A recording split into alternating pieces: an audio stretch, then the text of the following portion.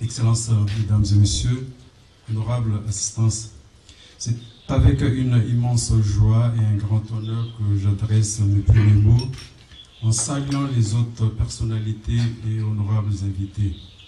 À l'occasion de la commémoration de la signature de l'armistice du 11 novembre 1918 et du centenaire de la Grande Guerre 1914-1918. Une grande date de l'histoire du monde qui démontre comment l'humanité, au milieu des souffrances, des ruines et des destructions, est encore capable de faire naître l'espoir du retour de la paix et de la liberté. L'armistice a été signé à la clairière de la Rétonde en Compiègne, il y a 100 ans, jour pour jour.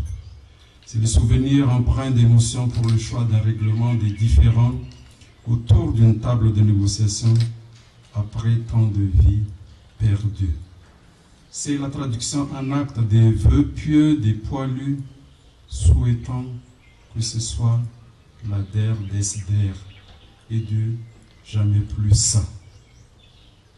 La dernière guerre mondiale, qualifiée de totale, a provoqué des morts, des civils et des militaires, car environ 10 millions de morts étaient comptabilisés durant cette première guerre et également 20 millions de blessés. Cette guerre également a causé des destructions incommensurables. Mais c'est 100 ans après, le moment solennel pour clôturer les 4 années de commémoration du centenaire de la Grande Guerre, avec en perspective de mieux vivre et d'une paix durable pour la présente génération comme pour la future génération. De 2014 à 2018, nous n'avons pas oublié de rendre hommage aux soldats blessés ou tombés sur le champ d'honneur, ni d'explorer les pans encore enfouis de l'histoire. Mais nous avons surtout transmis à l'humanité présente le sens du devoir et du respect mutuel.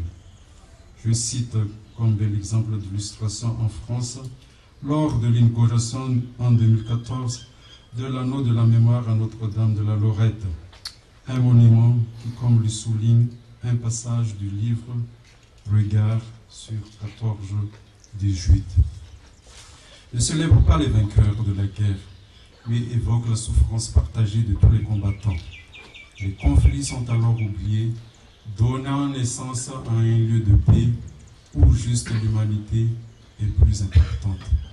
Au cours de ces 4 années, le comité du centenaire à Madagascar, sous la direction de l'Office national malgache des anciens combattants et des victimes de guerre, auprès du ministère de la Défense nationale, a organisé et coordonné plus d'une 50aine d'activités à travers des expositions de photos, d'objets historiques, des contributions dans la publication des ouvrages sur la Grande Guerre, la construction d'un stèle de 5 mètres de haut à Tomashna en hommage aux premiers tirailleurs malgaches embarquant pour combattre auprès de leurs frères d'armes français, la tenue de plusieurs colloques universitaires, l'inauguration d'un mini-musée à Lonmak et la liste des activités est encore longue.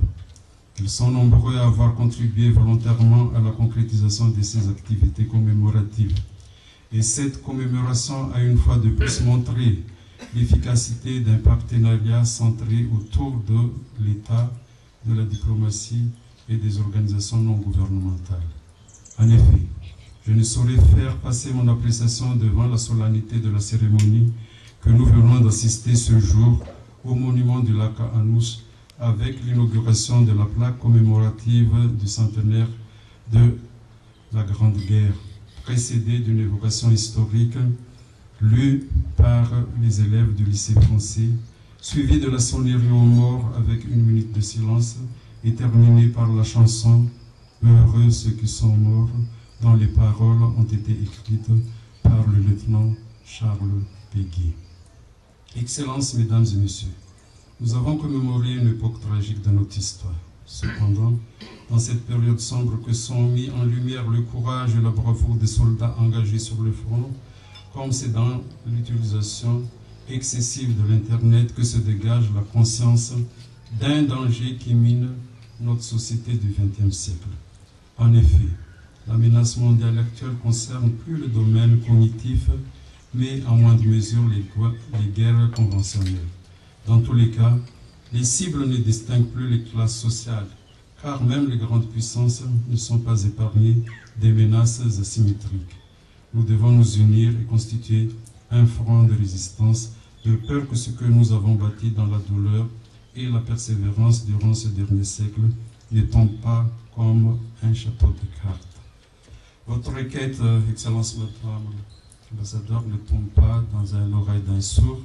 Je prends acte de kidnapping dont sont victimes les ressortissants français ces dernières années et qui ne nous vigie pas mais nous fait honte, car comme vous dites, vous êtes sous nos responsabilités et je transmettrai votre requête à qui de droit.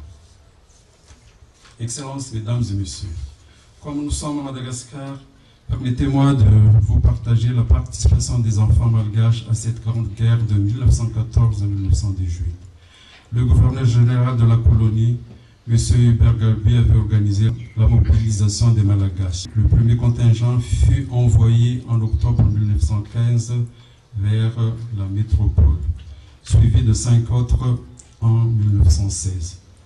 Plus de 45 000 Malgaches servirent dans les rangs de l'armée française et près de 4 000 Malgaches laissèrent leur vie, tués à l'ennemi, morts de suite de maladies ou de blessures ou portés disparus, et 1835 autres étaient blessés. Les combattants malgaches constituaient le 12e bataillon de tirailleurs malgaches et a obtenu 3 citations que je vais vous citer en toute humilité pour un devoir de mémoire à nos aïeux. Première citation, à l'ordre de l'armée attribuée au 12e bataillon des tirailleurs malgaches pour la défense de Villeneuve-sur-Fer le 29 mai 1918, ordre général numéro 612 du 25 juillet 1918 de la 6e armée. Deuxième citation, à l'ordre de l'armée attribuée au 2e bataillon de tirailleurs malgaches pour la prise de Daumier le 18 juillet 1918. Ordre général numéro 343 du 3 octobre 1918 de la 10e armée. Troisième et dernière citation, à l'ordre de l'armée attribuée au 12e bataillon de tirailleurs malgaches pour la prise de Terny et Sorny le 2 septembre 1918, ordre général numéro 347 du 10 novembre 1918 de la 10e armée. La deuxième partie de la citation fait référence à la percée de la ligne d'Hambourg dans la région d'Allemand. Le plus important, c'est la participation de nos aïeux à une guerre loin de plusieurs milliers de kilomètres par rapport à leur pays d'origine. En ce moment de commémoration du centenaire de Grande Guerre, nos vaillants soldats méritent nos devoirs de mémoire et le sang qu'ils ont versé continue et continuera à arroser notre patriotisme et notre fierté d'être citoyens de nos pays respectifs. Monsieur Hubert Galby a sans doute compris le sens de la patrie en cherchant à être plus proche de ceux qui combattaient pour la liberté, en démissionnant de son poste de gouverneur général pour aller combattre à côté de ses fils, les valeureux tirailleurs malgaches. Il a envoyé un signal fort à la génération actuelle pour nous rappeler que la paix tant convoitée ne se gagne qu'avec la participation engagée de tous. C'est sans doute pour cette conviction très marquée que Georges Clemenceau, alors ministre de la Guerre, lui a adressé une lettre de félicitations en y soulignant entre autres le passage suivant. Mon attention a été appelée sur la manière éminente dont vous avez su mener à bien la mission importante qui vous avait été confiée pendant la guerre, soit comme unité combattante d'infanterie et d'artillerie, soit comme troupe d'étape. Les formations malagasy sous votre direction éclairée ont rendu les services les plus appréciés. Fin de citation. Et que M.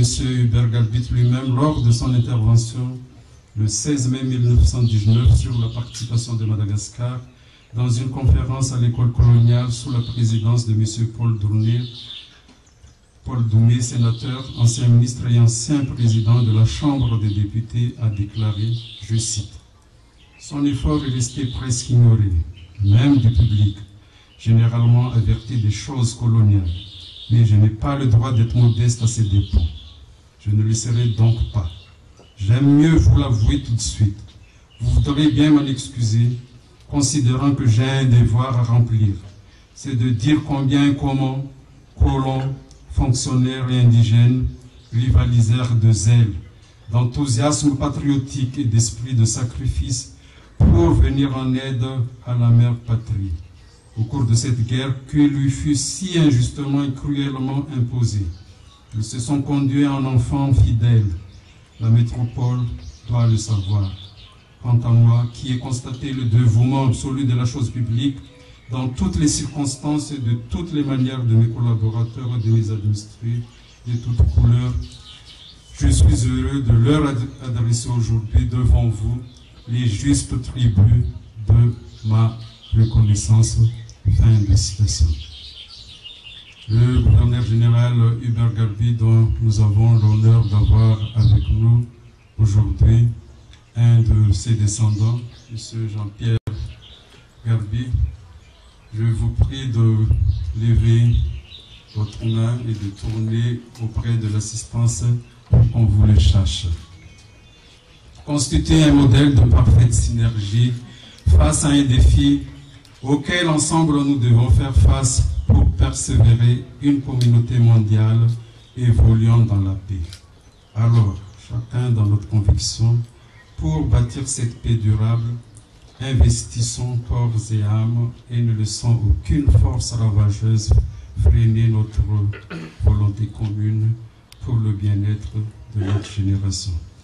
Excellence, Madame l'ambassadeur, avant de clore mon propos et en cette commémoration du centenaire de la Grande Guerre, j'aimerais quand même vous soumettre une requête que mes propres concitoyens pensent tout bas, mais que je clamerai à vive voix devant vous et devant l'assistance.